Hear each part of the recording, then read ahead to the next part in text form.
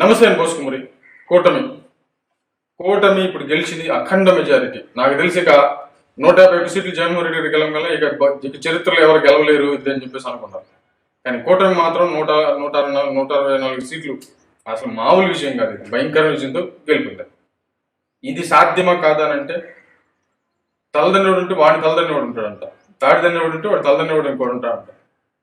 కాబట్టి ఇది చరిత్రలో ఇక అవ్వదు అనేటువంటి విధానం ఏం లేదు. ఈ 164 కూడా దాటేటువంటి అవకాశం ఉండొచ్చేమో తెలియదు, కానీ దాటిందనేవాడు తలదనేవాడు ఖచ్చితంగా ఉంటాడు. సరే, ఇది ఒక లెక్క అయితే, కూటమి ఖచ్చితంగా ఆంధ్రప్రదేశ్కి ఇప్పుడున్నటువంటి పరిస్థితుల్లో ఆర్థికంగా పుంజుకుంటూ అభివృద్ధి చేసుకుంటూ ఆ వచ్చినటువంటి అంటే రాబోయేటువంటి తరాలకి కొన్ని ఆస్తులు సంపాదిస్తూ ప్లస్ ఆంధ్రప్రదేశ్ అభివృద్ధి దిశగా ముందుకు వెళ్తూ అన్ని రాష్ట్రాలతో పోటీ పడుతూ సంపద సృష్టించి ఆ సంపదను పేద ప్రజలకు ఇస్తూ వాళ్ళని కూడా ఆర్థికంగా పెంచుతూ, అంటే ఒక రకంగా చెప్పాలంటే ఒక మంచి పరిపాలన, ఒక మంచి అభివృద్ధి దిశగా వెళ్ళేటువంటి కోణం ఈ కూటమి చేయగలదు అనేటువంటి విధంగా చాలా మంది నమ్మారు కాబట్టి గెలిపించుకున్నారు. కానీ అధికారంలోకి వచ్చేటువంటి టైంలో చెప్పినటువంటి కొన్ని మాటలు ఇంతకుముందు లెక్క వేరు, ఇప్పుడు లెక్క వేరు. కూటమిని ఎప్పుడూ కూడా వెంటాడేటువంటి కొన్ని అంశాలు కంపల్సరీగా ఉన్నాయి. నెంబర్ 1, జగన్మోహన్ రెడ్డి గారి కేసులు ఈ ఖచ్చితంగా కూటమిని ప్రశ్నిస్తారు, ఎప్పటికీ ప్రశ్నిస్తారు. మీరేం చేశారు అధికారంలో ఉన్నప్పుడు అనేటువంటి విధంగా మాటలు వస్తాయి, అప్పుడు ఎవరు సమాధానం చెప్పలేడు. నెంబర్ 2 ఏంటంటే సుగాలి ప్రీతి అనేటువంటి కేసు ఎప్పుడు కూడా కూటమిని వెంటాడుతూనే ఉంటుంది, ముఖ్యంగా జనసేన పార్టీని. సుగాలి ప్రీతి అనేటువంటి కేసు సిబిఐ చేతికి వెళ్ళాలి, సిబిఐ దాని మీద ఎంక్వైరీ చేయాలి. నిజంగా అది అమ్మాయి అత్యాచారానికి గురై చనిపోయిందా లేదా ఆత్మహత్య చేసుకుని చనిపోయిందా అనేటువంటి విషయాన్ని తేల్చాలి. ఒకవేళ హత్యగానికి గురైతే ఖచ్చితంగా ఆ దోషులను చట్టరీత్యా కఠినంగా శిక్షించాలి. ఇది జరిగి తీరాల్సిందే. ఇది జరగకపోతే జనసేన పార్టీ శాశ్వతంగా సమాజంలో మూట కట్టుకునేటువంటి మొదటి మరక, ఇక ఎప్పటికీ కూడా చిరిగిపోయినటువంటి మరక, చివరు చెరపలేనటువంటి మరక సుగాలి ప్రీతి అనేటువంటి ఒక అమ్మాయి జనసేన పార్టీని, పవన్ కళ్యాణ్ గారిని ఎప్పుడు వెంటాడుతూనే ఉంటుంది.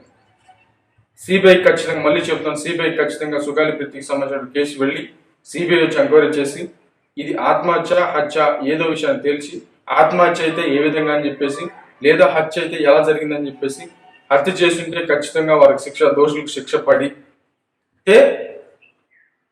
శాశ్వతంగా జనసేన పార్టీ కీర్తి కిరీటం నెత్తి మీద అలాగే ఉండిపోతుంది. అంటే పవన్ కళ్యాణ్ గారు ఒక మాట చెప్పారు అంటే, అది ఆయనకి మనం పవర్ ఇస్తే, మనం ఆయన చేతికి పవర్ ఇస్తే ఖచ్చితంగా ఆయన మనకు నెరవేరుస్తాడనేటువంటి నమ్మకం ఖచ్చితంగా జనంలో వస్తుంది. కాబట్టి పవన్ కళ్యాణ్ గారు ఎందుకు తగ్గుతున్నారు, ఎందుకు ఈ మధ్య కొంత సైలెంట్ మాట్లాడలేక కాదు, ఎందుకు సైలెంట్ అవ్వాల్సి వచ్చింది అనేటువంటి విషయం చూస్తే ఇలాంటి విషయాలు కూడా చాలా ఉన్నాయి. ఇప్పుడు ఖచ్చితంగా పవన్ కళ్యాణ్ గారు ఏదన్నా కానీ తేడా కానీ జరిగితే సుగాలి ప్రీతి కేసుని ముందుకు పోనివ్వడం, ఆ పోనివ్వకపోతే పవన్ కళ్యాణ్ గారు శాశ్వతంగా సుగాలి ప్రీతి అనేటువంటి ఒక మరకని తన జీవితాంతం వెంటాడుతుంది. ఆ సిబిఐ ఎంక్వైరీ పడాలి, దానికి కూటమి మొత్తం సపోర్ట్ కావాలి, బీజేపీ సపోర్ట్ కావాలి.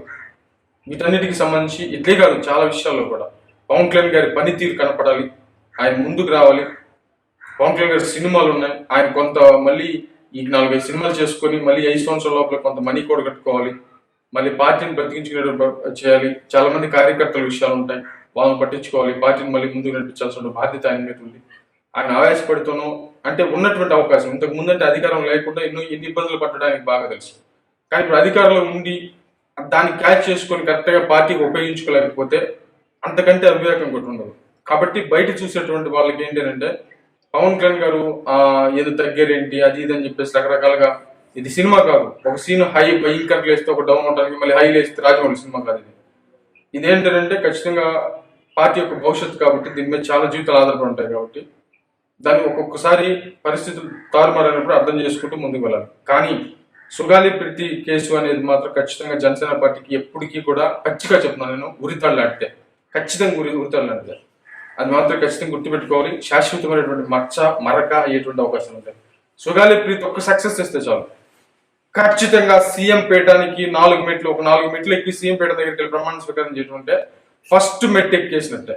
సుగాలి ప్రీతికి సంబంధించి జస్ట్ సిబిఐ ఎంక్వైరీ చేసి దాని మీద ఎంక్వైరీ చేయించినా కూడా ఖచ్చితంగా ఖచ్చితంగా ఖచ్చితంగా డెఫినెట్ గా సీఎం సీటుకి ఒక మెట్టు ఎక్కేసినట్టే, దాంట్లోకి సమస్య లేదు. ఇది ఒకసారి అర్థం చేసుకోవాలి. ఇంకోటి వివేకానంద రెడ్డికి సంబంధించినటువంటి కేసు ఒకటి, రెండు ఈ సూపర్ సిక్స్, ఇవన్నీ కూడా వివేకానంద రెడ్డి గారి కేసు కూడా చాలా అంటే చాలా ఇంపార్టెంట్, చాలా ఇంపార్టెంట్.